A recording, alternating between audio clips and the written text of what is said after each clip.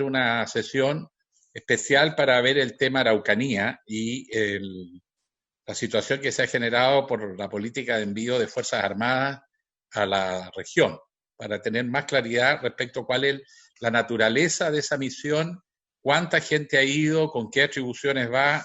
Yo creo que eso, por transparencia, a esta comisión le correspondería en principio. Le hago esa petición, señor presidente.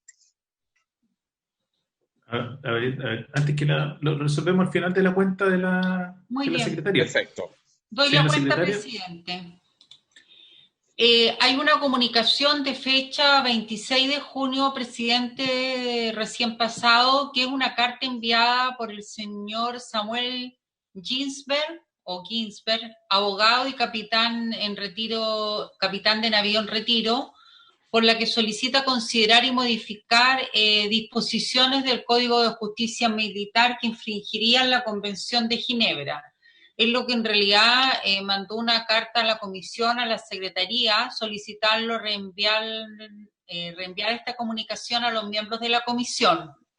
Así que al término de la sesión, si le parece, presidente, reenviaría la carta. Y también el día de hoy, el honorable senador señor Guillé propone invitar, si así se considera, a las siguientes personas para la discusión del proyecto de ley que se encuentra en tabla para la sesión de hoy. Al señor Claudio Fuentes, que es licenciado en Historia de la Pontificia Universidad Católica y doctor en Ciencias Políticas. A don Marcos Robledo, es subsecretario de Defensa. Al señor Eduardo Santos, que es experto en el área de defensa. Y al señor Gabriel Osorio, abogado y magíster en Derecho de la Universidad de Chile, entre otros títulos. Esas son las únicas propuestas de invitados que han llegado para la discusión del proyecto de ley, presidente. Y esa es toda la cuenta. Gracias, secretaria. Entonces, ¿habría acuerdo primero para celebrar la sesión que solicita el senador Guillé y que nos dé la flexibilidad de poder fijar la fecha con la secretaría? ¿Habría acuerdo? Por supuesto. Así se acuerda. Y les recuerdo a los demás integrantes de la comisión, por favor, remitir el nombre de las personas que quieren que participen en el debate de este proyecto a fin de poder ir generando la respectiva audiencia antes de entrar a la discusión en general y en particular. Muy bien. Dicho eso, le damos la bienvenida a nuestro invitado, al comandante en jefe del Ejército, el general Ricardo Martínez, al comandante en jefe de la Armada, al almirante Julio Leiva, y al comandante en jefe de la FACH, don Arturo Merino. Como le ofrecemos la palabra, no sé si se pusieron de acuerdo quién va a partir. Partimos por el Ejército, entonces. General Martínez tiene la palabra. Señor presidente, por su intermedio, saludar a todos los integrantes de la misión, agradecerles la posibilidad de poder indicar algunos aspectos que nos parecen importantes con respecto a este proyecto de ley. Primero que todo, establecer que creemos que este proyecto de ley tiene aspectos positivos, por supuesto. Por ejemplo, se enfatiza el control civil y básicamente uno lo ve con la autorización de las licitaciones privadas y el trato directo que queda bajo la responsabilidad del subsecretario de Fuerzas Armadas. Además también que el decreto supremo de pago que establece la posibilidad de inversión para las instituciones viene con la firma del ministro de Defensa y del ministro de Hacienda. Aspecto positivo, por ejemplo, también con respecto al artículo 7, que incorpora nuevas causales de trato directo y que obviamente le entrega una flexibilidad en el empleo bajo esta modalidad. También otro aspecto positivo tiene que ver con la creación de una declaración de intereses y patrimonio reforzada para las autoridades designadas en las adquisiciones y también en aquellos integrantes en las comisiones de evaluación que se hacen para cada una de las compras. También otro aspecto que estimamos que es bueno, que establece sanciones de tipo penal en la divulgación de información, ya sea de compras catalogadas como secretas o reservadas, asignando penas de crimen. Como también aumenta un grado en aquellos que sean acusados y sentenciados por malversación. Otro aspecto que es positivo es que la ley entrega un plazo de aplicación a partir del momento que se aprueba este nuevo sistema de 1 año. Nosotros sí creemos que lo que se establece en este proyecto hace mucho más complejo todos los procesos de compra, por lo tanto creemos que independientemente del momento que se apruebe esta ley, el plazo para ejecutarlo debiera ser un poco más extenso que el año que se establece en esta propuesta. Y otro aspecto que creemos que es positivo también es que crea un registro único de proveedores a nivel del Ministerio de Defensa, lo que simplifica la posibilidad de que los proveedores puedan estar inscritos una sola vez y no como es ahora, que tienen que hacerlo en cada una de las respectivas instituciones. Esa es como la primera parte que yo quería compartir con todos ustedes. La segunda parte, creemos que hay aspectos de este proyecto de ley que pueden ser mejorados. Me refiero, por ejemplo, al artículo 4, inciso 2, que indica que previo a cualquier proceso de compra se debe efectuar consulta a las Fuerzas Armadas y al Estado Mayor Conjunto para verificar si existen bienes de propiedad de esas instituciones que les permita satisfacer la necesidad. Ahí creemos que es confuso, no sabemos a qué se refiere, es traspaso, es venta, se refiere a la industria militar.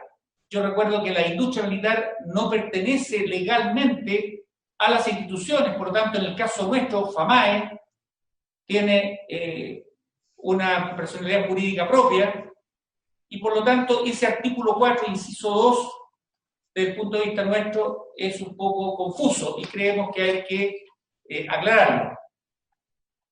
Otro aspecto dice relación al artículo 7, letra E, que establece que para casos de emergencia, urgencia e imprevisto debe ser calificado en cada decreto que autoriza la compra o inversión. Creemos que esa disposición no está en concordancia con la ley 19.886, artículo 8, letra C, de compras y contratación pública, que le entrega esa potestad a los jefes de servicio, es decir, a los comandantes en jefe de cada una de las instituciones. Por lo tanto, ahí creemos que hay algo que clarificar y creemos nosotros que en este caso debiera de mantenerse lo que se dispone en la ley 19.886.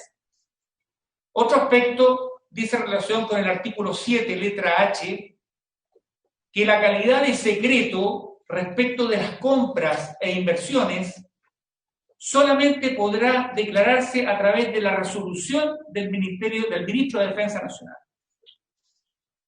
En este aspecto, no considera aquellas que per se son secretas, conforme al artículo 436 del Código de Justicia Militar. Por lo tanto, todo lo que no está en ese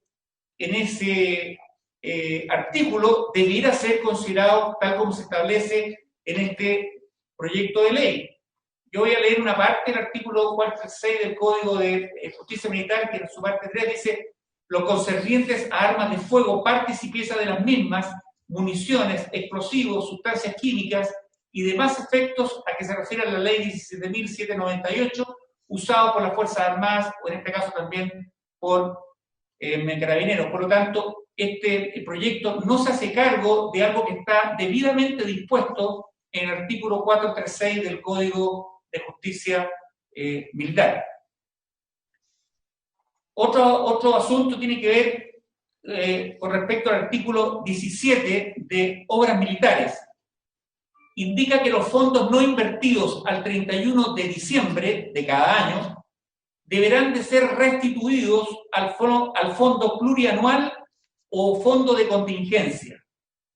Creemos que si bien es una norma que tiene un buen sentido, creemos que los plazos son muy reducidos porque realmente en la práctica los fondos para mantenimiento, por ejemplo, los recibimos en mayo. Implica entonces que tenemos 6 meses para poder invertirlo y eso en una licitación es extremadamente corto.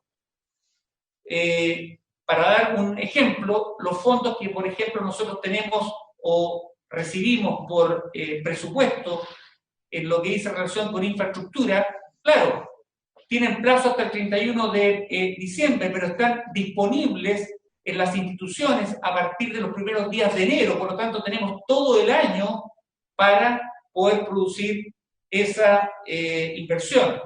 Y creemos que tratándose de infraestructura, de obras militares, debiéramos de estar hablando de 2 años en vez de 1 año o de los meses que en la práctica se está produciendo con la asignación de estos recursos para las instituciones.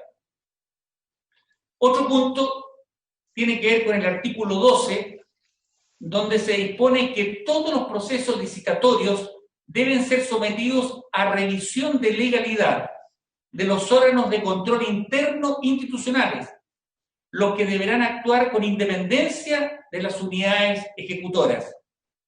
Si bien entendemos perfectamente el buen propósito que tiene esta norma, ello en la práctica producirá una gran lentitud en las compras, ya que obliga a que todos los actos, absolutamente todos, pasen por esta revisión sin considerar al menos un mínimo de montos que desde ese monto hacia arriba pasen por esta revisión de legalidad.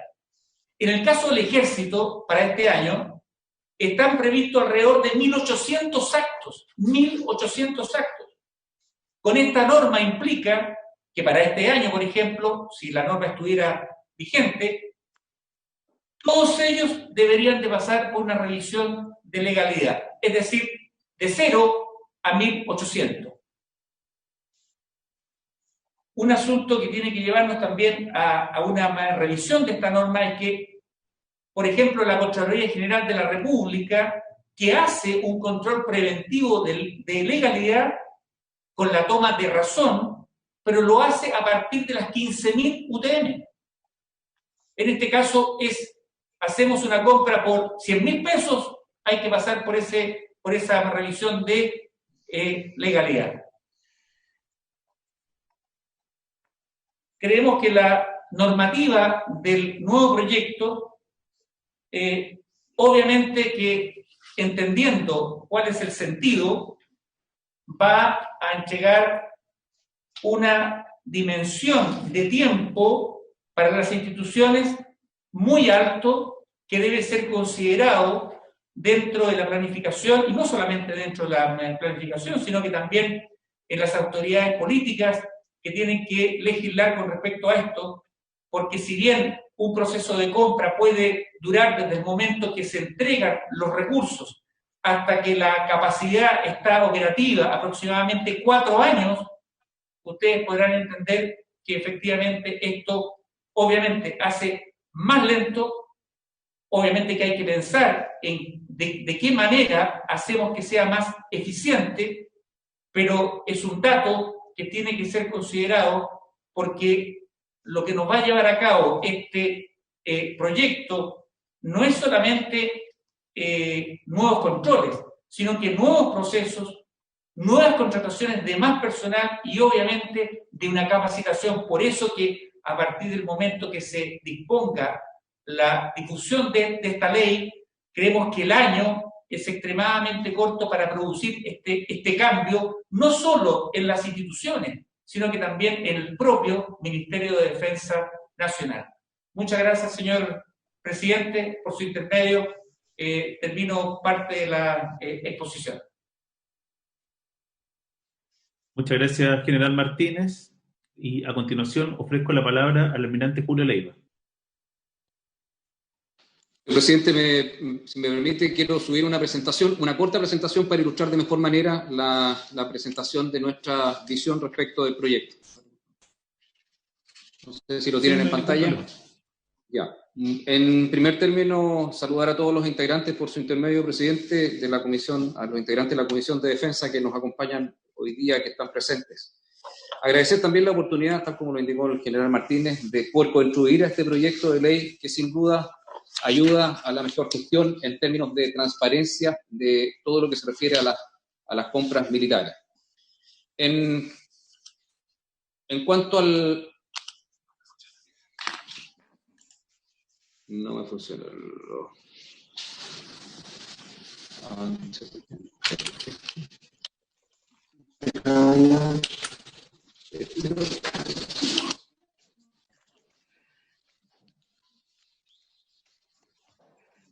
¿Me permite 2 segundos, por favor? Sí, no se preocupe. Bueno, estamos viendo, presidente, voy a seguir, aun cuando no esté la presentación. Esto tiene como objeto cumplir lo que respecta de la ley de las inversiones y capacidad estratégica, que requiere una ley especial para efectos de compras e inversiones, y también cumplir el objetivo fundamental de regular a nivel legal y establecer los controles civiles y democráticos adecuados para el correcto y eficiente uso de los recursos públicos. Nosotros tenemos 6 observaciones que son básicas para estos efectos. El decreto supremo versus las inversiones o contratos o compras. Nuestra visión es que este proyecto de ley está... Sí, siguiente. Ya. Se aprecia que este proyecto de ley está redactado y cumple en gran mayoría las necesidades para grandes compras, o sea, para comprar un buque, comprar un avión, y que su estructura está pensando en eso. Sin embargo, la realidad de la institución es que no necesariamente es aplicable a los proyectos, a los procesos de mantención de control bélico, de material bélico. Por ejemplo, la mantención periódica que se efectúan a nuestros buques y unidades navales y unidades aéreas. Y a modo de ejemplo quiero poner esas dos cifras que están ahí. Cuando yo tengo una compra única, cuando tengo solamente un contrato, la verdad que la ley como está propuesta como que responde a esa necesidad. Para una ficha de fundamento de gasto de combustible militar, si se me asignan $9.200.000, yo hago un contrato y un solo decreto supremo para ese proceso. Sin embargo, aquellos procesos de mantención de buques, de reparación de buques, que son regulares en el tiempo, si se me asigna para una fragata, por ejemplo, como está en el lado derecho, $6.700.000 para su reparación, yo tengo que ejecutar 78 contratos distintos. Y cuando tengo que definir esos 78 contratos, estoy hablando de urgencia de ellos, estoy hablando de la cantidad de dinero que tengo que emplear en ellos, estoy hablando del tipo de elementos que se quiere comprar o el tipo de servicio, y eso hace muy dificultoso de que efectivamente un decreto supremo pueda contener todas las particularidades de 78 contratos que a priori, antes de iniciar el periodo de mantención, no sé cuántos van a ser, porque nosotros empleamos en la institución el mantenimiento por diagnóstico, y el diagnóstico de muchos equipamientos se hace durante el periodo de mantenimiento. Así. Tampoco se incluyó una excepción por el monto mínimo que permita los tratos directos, como así lo incluye o lo tiene contemplado el actual proceso de compra. En promedio, entre el 10 y el 25% del monto de las compras y el 85% del número de contratos son por compras de trato directo menores a 500 UTM. Por ejemplo, cuando se hizo la mantención o reparación del petrolero Montt, se ejecutaron 143 contratos de trato directo. 122 de ellos eran de menos 500 UTM. Quiero decir que 500 UTM corresponden a 25 millones de pesos o $30.000, y solo 21 a mayores de 500 UTM. Y para la fragata Prat, las proporciones son las mismas. Vale decir que el monto menor a 500 UTM marca un punto importante en términos del esfuerzo de la cantidad de contratos distintos. No es lo mismo comprar pernos que comprar filtros, que comprar gaskets, que comprar sellos, que comprar cables, que comprar planchas, todos. No hay un solo proveedor que entregue todos los elementos que se requieren para reparar un buque. Son contratos distintos, a proveedores distintos, en lugares distintos, y que tienen tiempos de entrega distintos y que tienen modos de pago distintos. Entonces, si alguien quiere poner todo esto en un solo decreto supremo, creemos que no es la forma más eficiente y que lo único que va a contribuir va a ser efectivamente a atrasar los procesos que corresponden. Bien. Respecto de los tiempos, y tal como indicó también el general Martínez, es nuestra gran preocupación porque en la medida de que se agregan controles que puede ser para la transparencia mucho mejores desde el punto de vista de la visión externa, pero también agregan burocracia, agregan tiempos, agregan mecanismos, agregan organizaciones que son distintas, que finalmente pueden llevar a que un proyecto se le agreguen en forma muy gruesa, del orden de 100 días hábiles para cada compra. O sea, yo no me imagino estar comprando válvulas de un buque, válvulas que se abren para efectos de que pase agua o no pase agua, que se le someta a un proceso como este. Eso hace inviable que un periodo de mantenimiento que dura 6 meses se pueda cumplir en el tiempo. Estamos aumentándolo por el solo hecho de agregar procesos en montos que, la verdad, que no ameritan tanta revisión de detalle, porque hoy día, si bien es cierto, los mecanismos de control existen internos, está la Contraloría General de la República, que pueden revisar esto en su momento, pero hacerlo previo a comprar una válvula, un juego de válvula, un juego de gasket, un juego de filtro, la verdad que alarga innecesariamente un proceso que requiere eficiencia y que requiere eficacia. Siguiente, por favor. La transparencia muestra, por el lado izquierdo, toda la información o todas las especificaciones que tiene el decreto supremo actual. Y por la derecha, todo lo que se agrega. Y naturalmente, en la medida que se agregan procesos, se agregan personas, se agregan organizaciones. Y eso finalmente, en una ambición bastante gruesa para nosotros, por cada proyecto, por cada trato directo, nos agrega 90 días hábiles, que en términos generales son más de 4 meses en tiempo de completo. Y por lo tanto, el decreto supremo, como está puesto en la ley, creemos que tiene una cantidad de detalles que la verdad que no son del nivel de un decreto supremo. A lo mejor se requiere definir un proceso de detalle que no sea y que no esté amarrado a la firma del decreto supremo, sino que en la medida que se gestiona un decreto supremo, esto finalmente provea otros mecanismos para efectuar el control de aquellos que son de trato directo, que como les digo, para un proceso de reparación de un buque son el 85% en cantidad de los números de contratos que se firman.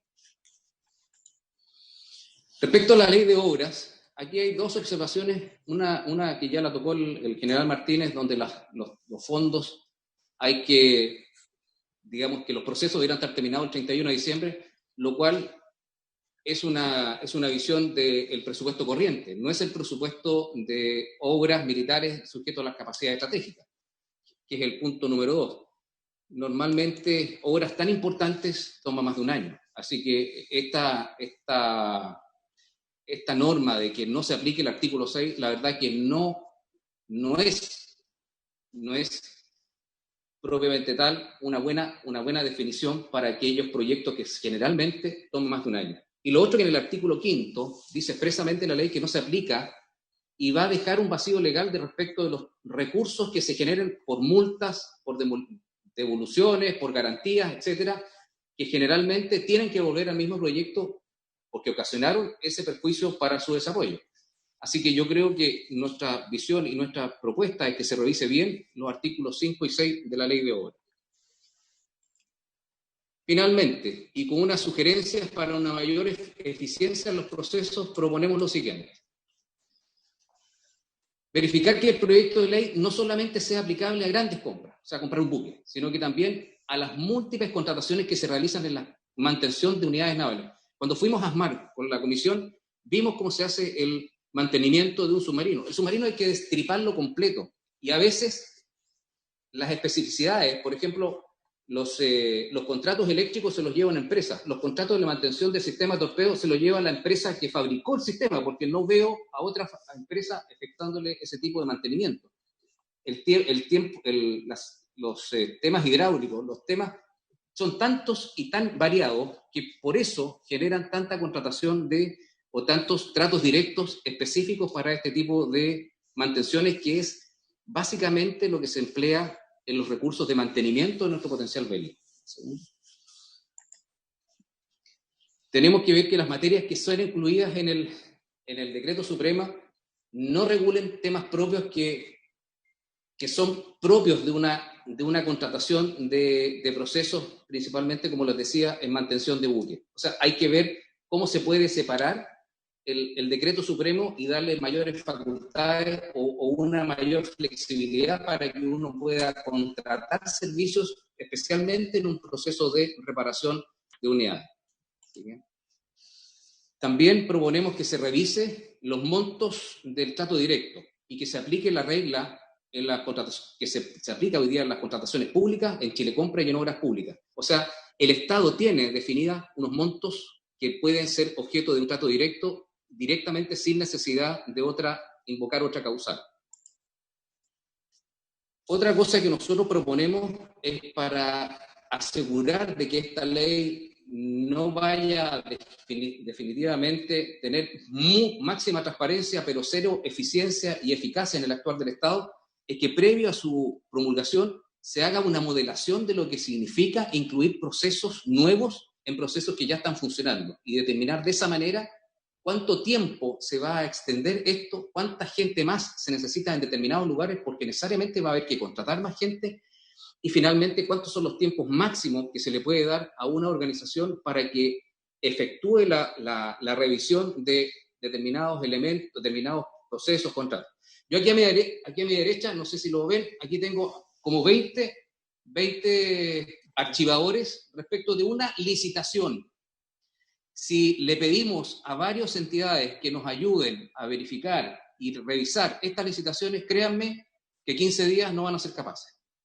Este es un proyecto de larga envergadura, extremadamente complejo en términos técnicos, y donde la capacidad, la experiencia y el conocimiento no necesariamente está divulgado y está en todas las instituciones con las cuales uno tiene que tratar. Aquí hay 15 tomos del proyecto PIDA-A que están en inglés, y que por lo tanto dificulto que organizaciones tengan gente que sepa la terminología y además en otro idioma, por un problema de uso y costumbre, y que efectivamente va a alargar innecesariamente todos estos procesos. Y finalmente, nosotros creemos que la idea del proyecto, y tal como lo indicó el general Martínez, estamos de acuerdo con los objetivos del proyecto, particularmente en lo que se refiere a los controles civiles y democráticos, siendo las observaciones más importantes que sean consideradas para hacer compatible esa necesidad de dar transparencia con las necesidades operacionales que tiene la institución de mantener unidades preparadas y entrenadas para cumplir no solamente tareas de defensa de la soberanía, de vigilar nuestros mares y además de apoyar a los chilenos cuando hay catástrofes. Eso es lo que quería presentar, señor presidente, y agradeciendo el tiempo disponible que se nos ha dado.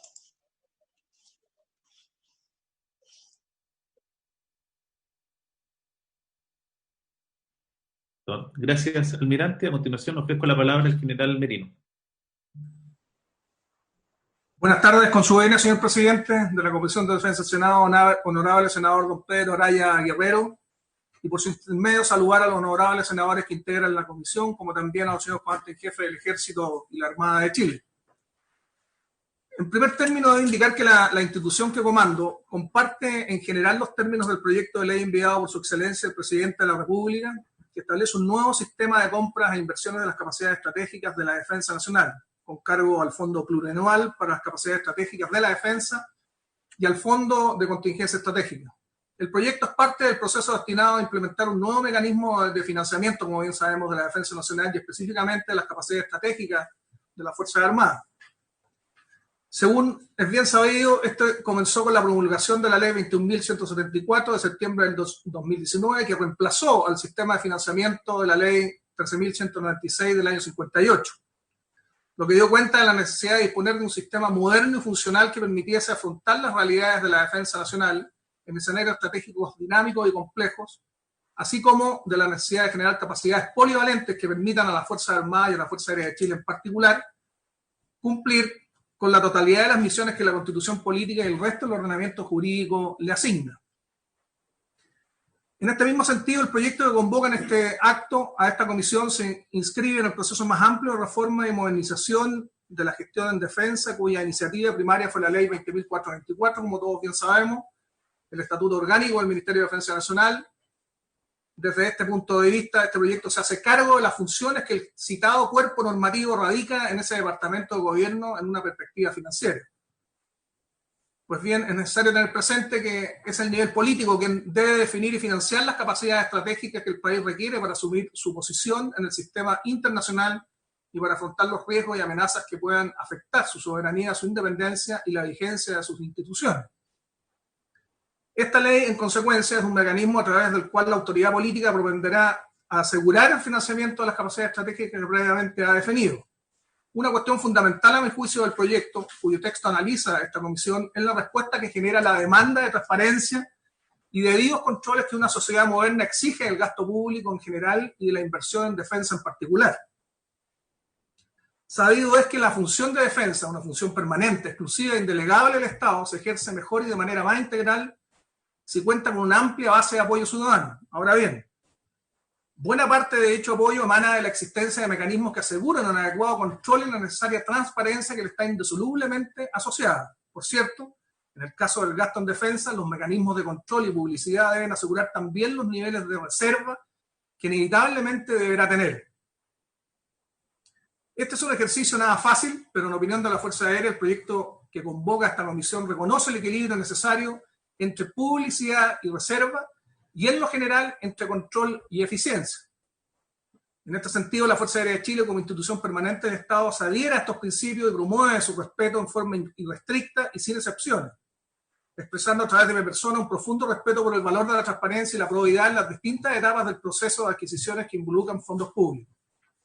No obstante lo anterior, y con ocasión del primer trámite constitucional del proyecto de ley que establece un nuevo sistema de compras e inversiones de las capacidades estratégicas de defensa nacional, me permito hacer centro de gravedad en un aspecto que, de materializarse el proyecto de ley tal como se encuentra escrito, podría afectar el normal funcionamiento de la institución en términos de su capacidad operacional. Al respecto también quisiera mencionar que comparto las aprensiones expresadas hace momentos atrás por el comandante en jefe de la Armada y el comandante en jefe del Ejército respecto a aquellos aspectos que justamente afectan el necesario balance entre control y eficiencia.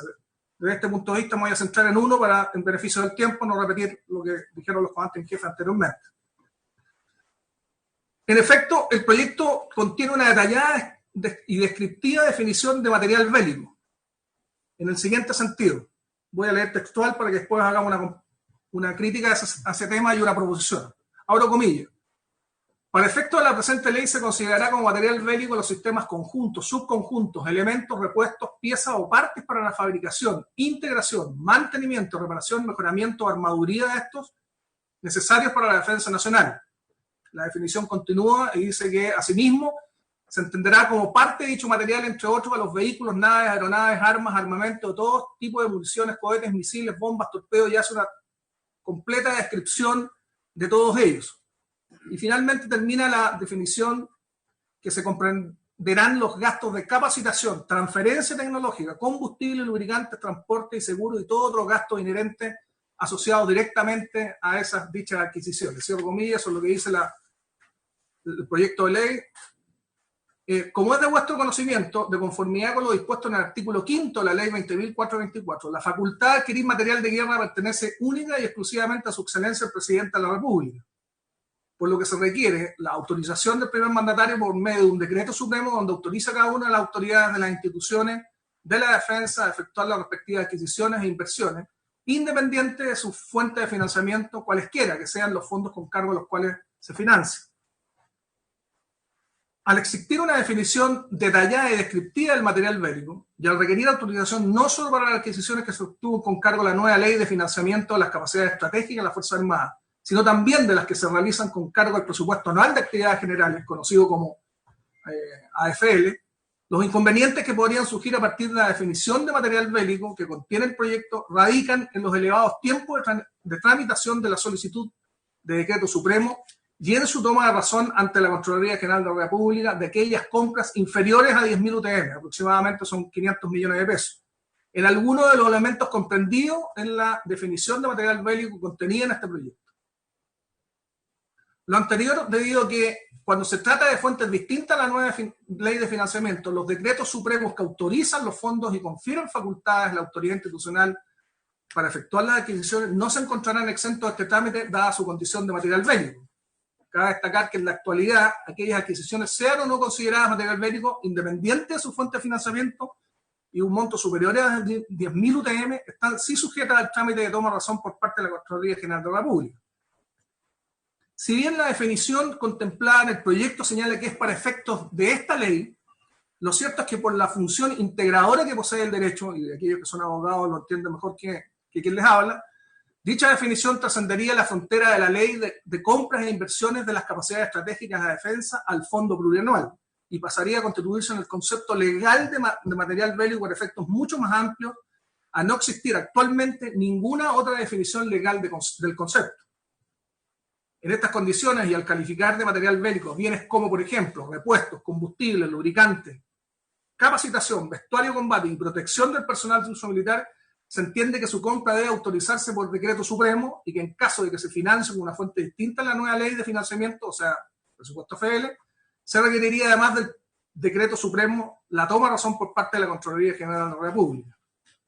Esta modalidad resulta altamente crítica para la actividad aérea, sobre todo en lo relativo a los repuestos, vestuarios, combustibles y lubricantes, inclusive en lo referente a la capacitación, entre otros, que se adquieren con presupuestos de actividades generales, presupuesto FL, tanto para el funcionamiento normal de la institución como en determinadas circunstancias de crisis, emergencias, catástrofes y estado de excepción constitucional.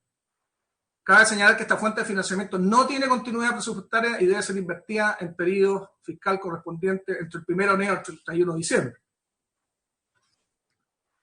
Y desde este punto de vista, los elementos que antes señalé requieren ser adquiridos con la mayor celeridad, ya que la demora en su adquisición podría afectar la operatividad de la flota y el alistamiento del personal, siendo ello un imperativo del artículo 1 de la Ley 18.948, que obliga a las Fuerzas Armadas a mantener un adecuado nivel de alistamiento de personal y del material para la consecución de los fines permanentes de la defensa de la patria y la seguridad nacional, que consagra el artículo 101 de nuestra Constitución. En este sentido, les quiero dar un ejemplo. Durante el mes de junio se presentó una falla en uno de nuestros aviones, el G4, que estaba operando en apoyo, ¿no es cierto?, a la ciudadanía en la pandemia, y falló un rotable, un generador. Y el avión obviamente quedó fuera de vuelo. La empresa Gulfstream, esto fue el día 18 de junio, la empresa Gulfstream con fecha 29 de junio del 2020 envió el repuesto a la empresa la empresa lo envió, ¿no es cierto?, a Chile, y el avión quedó en vuelo en solo 14 días. Si nosotros aplicáramos lo que aparece aquí en la ley, debido al concepto repuesto dentro de la definición de material bélico, y debido a que debiera ir a un decreto presidencial y toma razón por parte de la Contraloría General de la República, los periodos para que el avión volviera a vuelo se demorarían alrededor de 6 meses. Por lo tanto, el avión quedaría sin condición de vuelo, sin poder aportar a la catástrofe, ¿no es cierto?, o en este caso a la pandemia, durante 6 meses, que es más o menos lo que se podría demorar, ¿no es cierto?, tanto la toma de razón como el decreto de su excelencia el presidente de la República. Por lo tanto, como institución, creemos necesario hacer una proposición respecto justamente a esta definición de material bélico de tal forma de salvar esta problemática. Y esta sería la siguiente. Abro comillas, para efecto de la presente ley se considerará como material bélico a los sistemas de armas y subsistemas de apoyo, sus componentes conjuntos, subconjuntos, elementos para fabricar aquellos que incidan directamente en el desarrollo y mantención de las capacidades estratégicas de las Fuerzas Armadas en cualquier escenario de empleo, Asimismo, se entenderá como parte de dicho material, entre otros, a los vehículos militares, naves, aeronaves, armas y armamento de todo tipo, municiones, cohetes, misiles, bombas, torpedos, elementos pirotécnicos y autodefensa, componentes del sistema de mando y control y los sistemas electrónicos y cibernéticos necesarios para el empleo de los sistemas de armas. No se considerarán material bélico, pero podrán ser adquiridos en virtud de la presente ley los elementos accesorios de las Fuerzas Armadas necesarios para el cumplimiento de su misión, así como los gastos de capacitación, transferencia tecnológica, combustible, repuestos, vestuarios, lubricantes, transportes, seguros y gastos de tipo general inherentes a esas adquisiciones. Esa es la proposición que hace la Fuerza Aérea para que sea evaluada por la honorable comisión. Esta definición permitiría adquirir determinados elementos de uso general que no se consideraría material bélico sin la autorización por decreto supremo cuando se utilice otra fuente de financiamiento distinta a la ley 20.174, pudiendo siempre estar sujeta, obviamente, a sus disposiciones.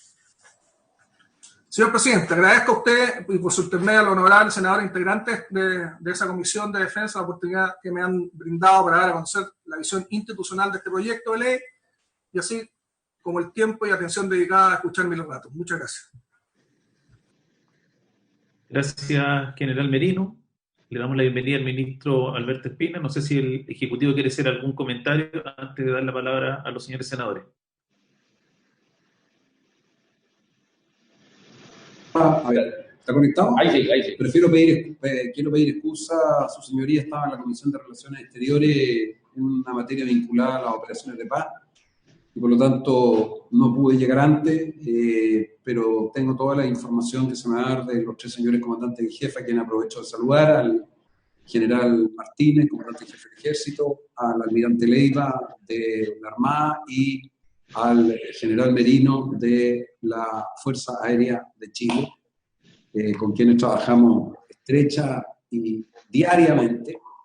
Y estoy enterándome de todos los puntos que ellos han señalado, a pesar que quiero señalar que este proyecto de ley inicialmente fue realizado, consultada a las Fuerzas Armadas, y posteriormente se le fueron incorporando cambios, pero todo lo que implique mejorarlo y perfeccionarlo, bienvenido sea. Si el propósito es tener un buen proyecto de ley que tenga un justo equilibrio de todas las medidas de fiscalización que sean necesarias para evitar eventuales irregularidades, pero que estas medidas de fiscalización, y por lo que alcancé a escuchar, no se transformen en finalmente una burocracia que termine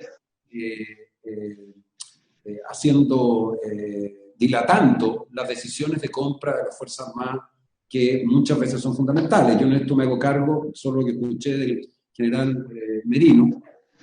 Para nosotros, por ejemplo, en esta instancia que estamos en la pandemia, con todo lo que es el material aéreo desplegado por el coronavirus, si tenemos que caer en decisiones burocráticas, nos significa dejar a veces por tiempo prolongado los aviones sin funcionamiento, se puede causar un daño enorme. De manera que todas esas sugerencias que digan relación cómo logramos el equilibrio entre medidas claras de fiscalización, de control, tanto internas dentro de las instituciones que se hacen, porque estas medidas algunas se hacen de hecho y se hacen, como del Ministerio y también el control de las autoridades civiles, se equilibra con que finalmente producto de todas esas medidas que son necesarias de adoptar, no signifique que se retrasa la renovación del material del mantenimiento del potencial bélico, de la adquisición de nuevos equipamientos. Sobre todo considerando que cuando Chile compra un nuevo equipamiento, y esto quiero decirlo muy claramente, por las condiciones económicas de nuestro país, nosotros siempre tenemos que estudiarlas, verlas bien, con la total transparencia, no usamos comisionistas, queremos hacerlo, lo hacemos gobierno a gobierno, pero la verdad es que siempre hay otros países que están interesados en aquello que nosotros vamos a comprar. Y por lo tanto, si nosotros nos demoramos en lo que vamos a comprar, lo probable es que es de buena oportunidad. Quiero poner, por ejemplo, el caso de las fragatas que se adquirieron. La fragata fue una adquisición que se hizo en un tiempo muy razonable, pero si no se perdían las fragatas, se las podía adjudicar a otro país. Lo mismo nos puede pasar en la mantención de los aviones de combate nuestros, los F-16, o en todo lo que es la renovación que nosotros queremos hacer y actualizar de las unidades acorazadas del Ejército de Chile. son medidas que tenemos que mezclar, vuelvo a insistir, la velocidad de la compra con las medidas de transparencia. Y no se puede sacrificar ninguna de las dos. Y por lo tanto, todo lo que signifique ayudar a despejar esas dudas, lo tenemos claro y lo vamos a hacer. Y los comandantes jefes saben perfectamente bien que ese es el espíritu que me anima a mí como ministro de Defensa y que el objetivo, digamos, de haberles invitado a esta sesión para que podamos conversarla con total transparencia. Gracias, señor presidente. Gracias, ministro. Antes de ofrecer la palabra a los señores senadores, quería pedirle, por favor, a los comandantes en jefe que puedan remitir sus presentaciones al correo de la Comisión de Defensa, doña Milena, para poder tenerlo y anexarlo en la carpeta de la tramitación del proyecto. Ofrezco la palabra si algún señor senador quiere hacer alguna consulta. Senador Kenneth Pugh. Muchas gracias, presidente. Por su intermedio, agradecer al señor ministro de Defensa Nacional, a los comandantes y jefes de la exposición. Yo creo que es relevante el momento en que estamos viviendo en el sentido de mejorar nuestro proceso. Sin embargo, quiero hacerme cargo de las palabras, primero, que señala el general Ricardo Martínez, relacionado al tiempo de implementación. Yo quiero recordar una ley que ya ha entrado en vigencia, la 21.180. La ley 21.180 nos obliga a que todos los procesos que se partan haciendo ahora en adelante tienen que ser procesos digitales. Y esto no es electrónico como lo tenemos ahora, no se trata de mails, de PDFs, de planillas Excel, se trata de cambiar el concepto. Si tomamos las normativas internacionales de ciclo de vida, desde el momento en que se decide la compra de una capacidad estratégica, se determina inmediatamente cuál va a ser el costo de su ciclo de vida. Por lo tanto, lo que se señalaba el comandante jefe de la Armada de los costos de mantenimiento de las unidades, ya está previsto. Eso se resolvió en su minuto y se sabía exactamente la lista. Cada día. Por lo tanto, los decretos no tienen que ser escribir en papel, y ese llevarlo a la ejecución.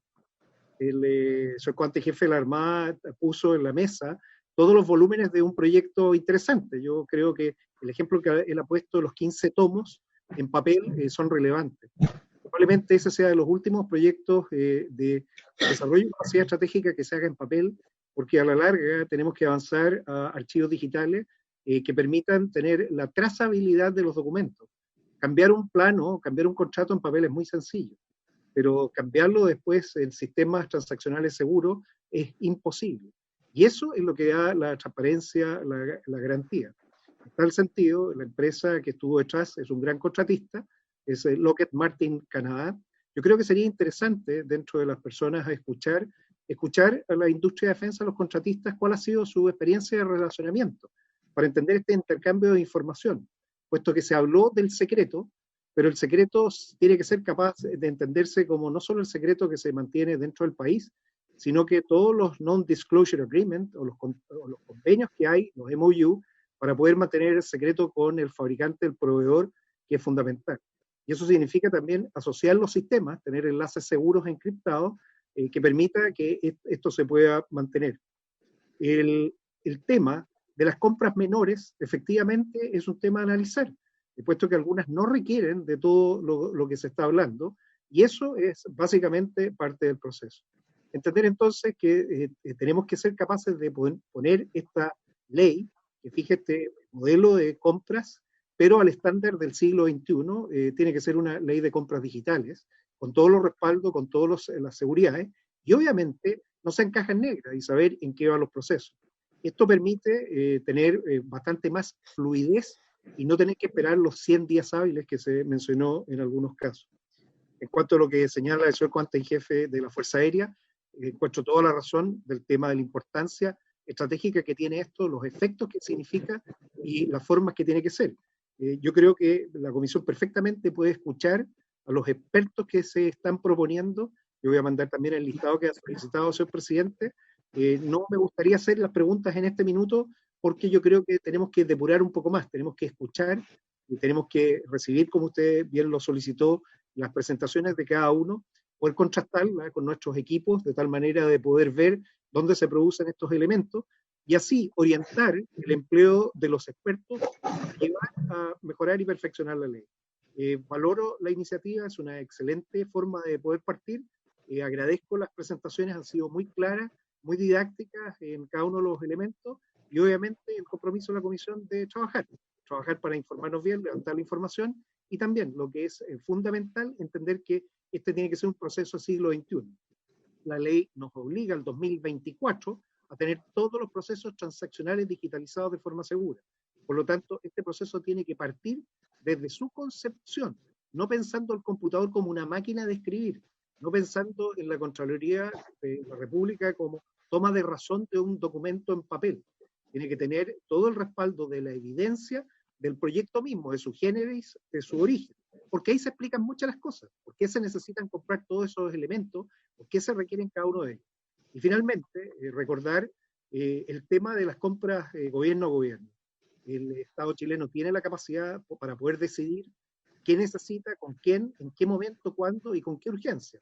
Y obviamente la compra de gobierno a gobierno, donde no se involucran particulares, donde no están involucrados terceros, donde es un acuerdo que se realiza entre los dos gobiernos, tiene que tener un tratamiento especial, distinto, con una urgencia que incluso le permita al Ejecutivo comprar una capacidad estratégica que esté disponible en el mercado con el solo hecho de disponer del financiamiento y obviamente del rendimiento a alto nivel que esté fijado en el plan, y así permitirle al país hacerse al más bajo valor de una capacidad que es relevante para el país.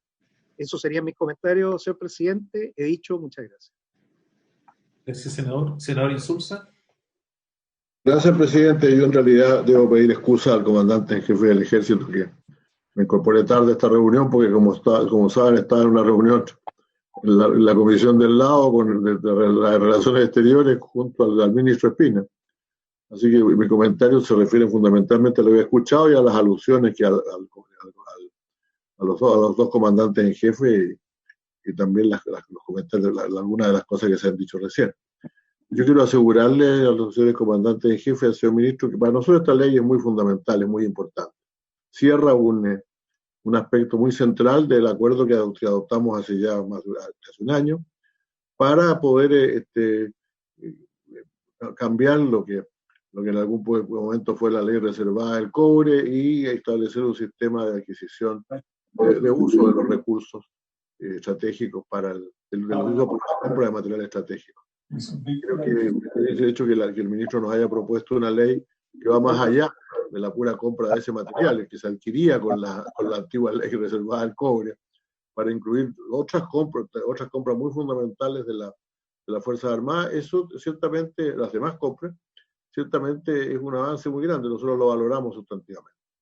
Y yo quiero asegurar que realmente, desde nuestro punto de vista, lo principal es que sea la menor cantidad de pasos o de procesos posibles en la medida en que todos ellos sean verificables y sean posibles, susceptibles de ser siempre revisados por el Ministerio de Defensa y por la Contraloría General de la República. Nosotros no queremos crear ningún proceso especial y ciertamente reconozco que quienes hemos trabajado en el aparato del Estado sabemos lo difícil que es cuando se aplican procesos demasiado largos, comprar cosas que son absolutamente esenciales e inmediatas. Así que vamos a trabajar con el mejor ánimo y la mejor voluntad para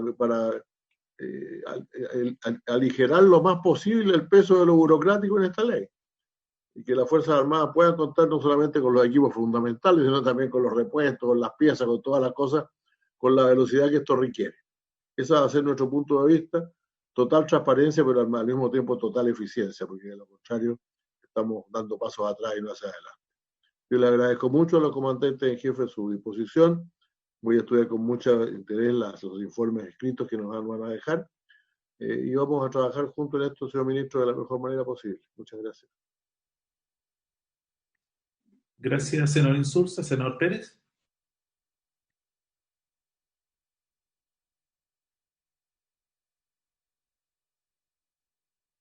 Héctor, tu micrófono. Gracias. Que después lo que le pasó a la mano hoy día, estoy preocupado con el tema del micrófono. Gracias, presidente. En primer lugar, agradecer las intervenciones y las exposiciones que me hicieron los comandantes en jefe, tanto el Ejército, la Armada, la Fuerza Aérea, y espero tener pronto esos documentos para poder estudiarlos con mayor precisión, porque sin duda este es un proyecto relevante y yo quiero valorar el compromiso del ministro Espina, puesto que en la discusión que tuvimos sobre la ley de financiamiento de la Fuerza Armada, esto fue un compromiso que el gobierno tenía que cumplir y se está cumpliendo. Ahora, yo creo que aquí el punto en que debiéramos detenernos en la comisión es cómo todas estas normas que se establecen de transparencia, de fiscalización, operan en un mundo real. Y por eso quiero destacar en la exposición del comandante en jefe de la Armada que era muy importante poder simular los procesos. Porque muchas veces uno puede establecer mecanismos, puede establecer procedimientos, pero si estos mecanismos y procedimientos distan mucho de la realidad, del mundo real, pueden transformarse, por un lado, en burocracia, por otro lado, en ineficiencia, y puede ser absolutamente inútil. Por lo tanto, presidente, creo que como el interés y el espíritu de esta comisión es poder sacar un proyecto de ley que garantice la transparencia, garantice la fiscalización, pero también la eficacia y la eficiencia, y no transforme todo esto en un papeleo, ya sea digital o papel inútil. Sería verdaderamente importante poder asumir esa solicitud del comandante en jefe de la Armada y en las discusiones junto con escuchar a personas que participan en estos procesos, poder simular estos procesos y cómo las normas operan en ellos. Porque las normas, digamos, a lo mejor de compra de un submarino o compra de un determinado avión pueden ser mucho más simples, pero todo el proceso de mantenimiento, todo el proceso de reparación, de compra de repuestos, de uniformes o de otro tipo de material, puede tener elementos distintos, operatorias distintos. Creo que nosotros lo que tenemos que hacer es una ley en que esa operatoria verdaderamente esté bien recogida en las normas legales. Así que, como esto va a ser un tema al cual vamos a dedicarle mucho tiempo en las próximas semanas, yo estaría junto con escuchar a expertos y especialistas, hacer procesos de simulación para darse cuenta cuál va a ser la real carga de trabajo o la eficacia o no eficacia, la eficiencia o no eficiencia que pueden tener estas normativas presentes. Gracias, senador Pérez. Yo lo que me gustaría señalar es que primero uno acá en esta ley, a mi juicio, tiene que combinar dos cosas. La primera es cómo permitimos que la Fuerza Armada efectivamente cuente con los recursos a fin de poder realizar las compras de material bélico, así como las obras y mantenciones que son necesarias para el cumplimiento de las distintas funciones que le entrega la Constitución y la ley. Y eso además tiene que cruzarse con la necesidad de que tengan un control efectivo respecto del gasto. Tanto lo que refiere a transparencia, con control civil que tiene que existir mismo. Ahora, de la exposición que hicieron los tres comandantes en jefe, me queda claro que al parecer habría un exceso de burocracia respecto a lo que se está planteando en el proyecto y que obviamente eso podría dificultar las labores operativas de la Fuerza Armada para adquirir ciertos bienes y servicios que son esenciales para poder desempeñar sus funciones. En esa línea, yo lo que esperaría es que por favor hicieran llegar las presentaciones, poder estudiarla con detención y poder celebrar una segunda sesión, porque tengo la impresión de que probablemente en una primera aproximación debiera existir un proceso diferenciado para las compras. Por ejemplo, compras de un volumen de recursos X sobre las 500 UTM, un procedimiento, bajo las 500 UTM, otro tipo de procedimiento. Porque además también hay que tener presente que el mercado de la defensa no es un mercado como cualquier otro. Los proveedores muchas veces hay proveedores únicos, son proveedores que pueden ser monopolios o que no necesariamente se van a abrir o que podemos compararlo con el resto de las compras públicas que realiza la administración de. Entonces en eso yo por lo menos en lo personal quiero que tengamos una buena ley de compras, pero que esa ley de compras no signifique un entrabamiento de la gestión administrativa que tiene que realizar para cumplir sus funciones. Entonces en eso, escuchando después también a otros académicos que puedan aportar, probablemente tendremos que hacer este tipo de distinción respecto del monto de la compra o también del monto del tipo de compra que se está realizando. Entonces en esa línea por lo menos la disposición es que podamos modificar aquellas cosas que generan dudas. Me llamó la atención lo que señaló el general Merino, por no haber caído en la cuenta respecto de la definición de material bélico. Pues yo entiendo que o sea, no sería el ánimo de esta ley de entregar una definición del concepto de material bélico, porque esto, en mi juicio, es una definición que es cambiante en el tiempo, ¿no? Y tratar de ajustarlo al día de una ley, efectivamente podría tener algún efecto colateral que no se está buscando con esta norma, que yo creo que también es un punto que vamos a tener que precisar en la discusión. Dicho eso, ofrezco la palabra a nuestros invitados si quieren hacer algún comentario. El general Martínez, el general Merino, el almirante Leiva.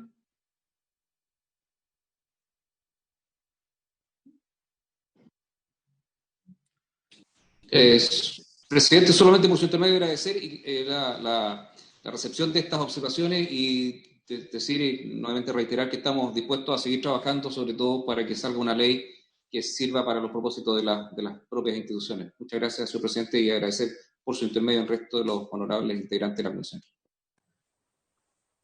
Gracias, almirante. Presidente, general Merino, sí.